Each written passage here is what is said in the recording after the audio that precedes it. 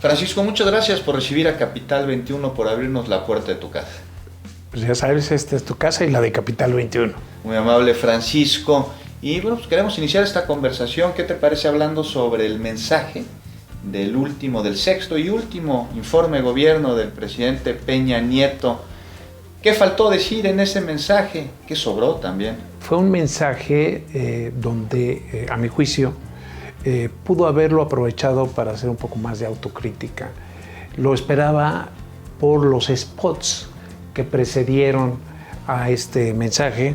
El último era su epílogo, la posibilidad de por última vez dirigirse a todo el pueblo de México, que le dio la espalda el primero de julio y justificar o intentar reconocer pues que se manejaron mal las cosas. Sí es cierto que hubo espacios donde vimos la autocrítica cuando reconoce que no alcanzó la estrategia para pacificar al país, que seguimos padeciendo la violencia, cuando habla del tema de los 43 de Ayotzinapa, en fin, son que marcaron su administración negativamente.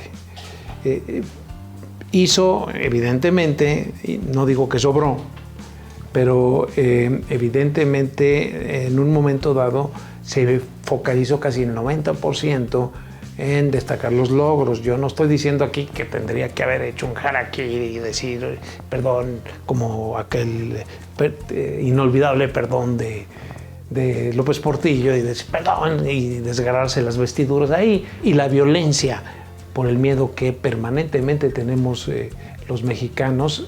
En el país hay mucho luto por el crimen organizado, pero no solo es el crimen organizado, es esa violencia que se ha generalizado y ha permeado hacia otros sectores. La violencia, la inseguridad, Francisco, ¿y qué me dices de la corrupción? Sí, pero sobre todo de la impunidad.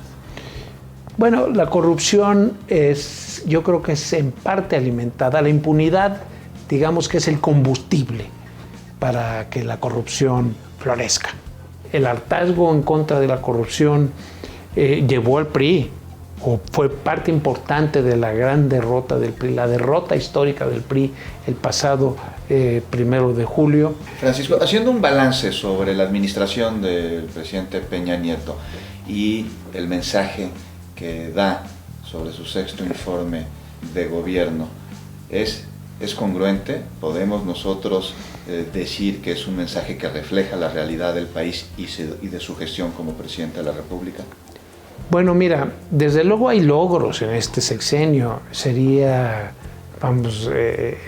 regatearlo sería verte muy parcial, ¿no? Es decir, no es un presidente popular, termina con niveles muy bajos en ese sentido. La gente lo ha rechazado, precisamente por sobre todo estos dos temas de los que hablamos, corrupción e inseguridad. Pero es un presidente que rompió tabús. O sea, ¿cuáles? El petróleo es nuestro, subsuelo debe ser mexicano, la nación, ese tabú lo rompió.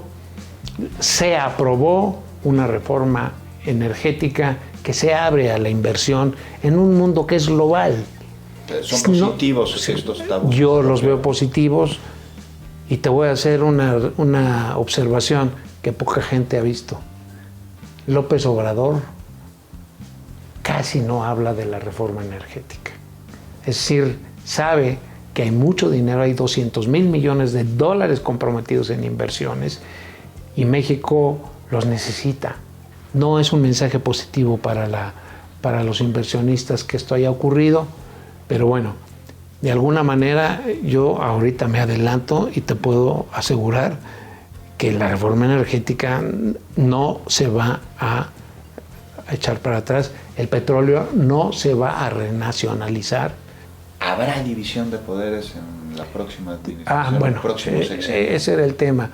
Por el grito que escuchamos, es un honor estar con Obrador, que yo creo que ni siquiera se pusieron a pensar que estaban viviendo en un país donde está consagrada en la Constitución la división de poderes. Yo creo que ni por aquí les pasó que eso sí va a reflejar de que están ahí para hacer valer la voluntad de un solo hombre y no los intereses de sus representados. Será la voluntad del señor Andrés Manuel López Obrador la que al final prevalezca en otro poder, que es el poder legislativo, que está justamente ahí para hacerle equilibrio al Ejecutivo.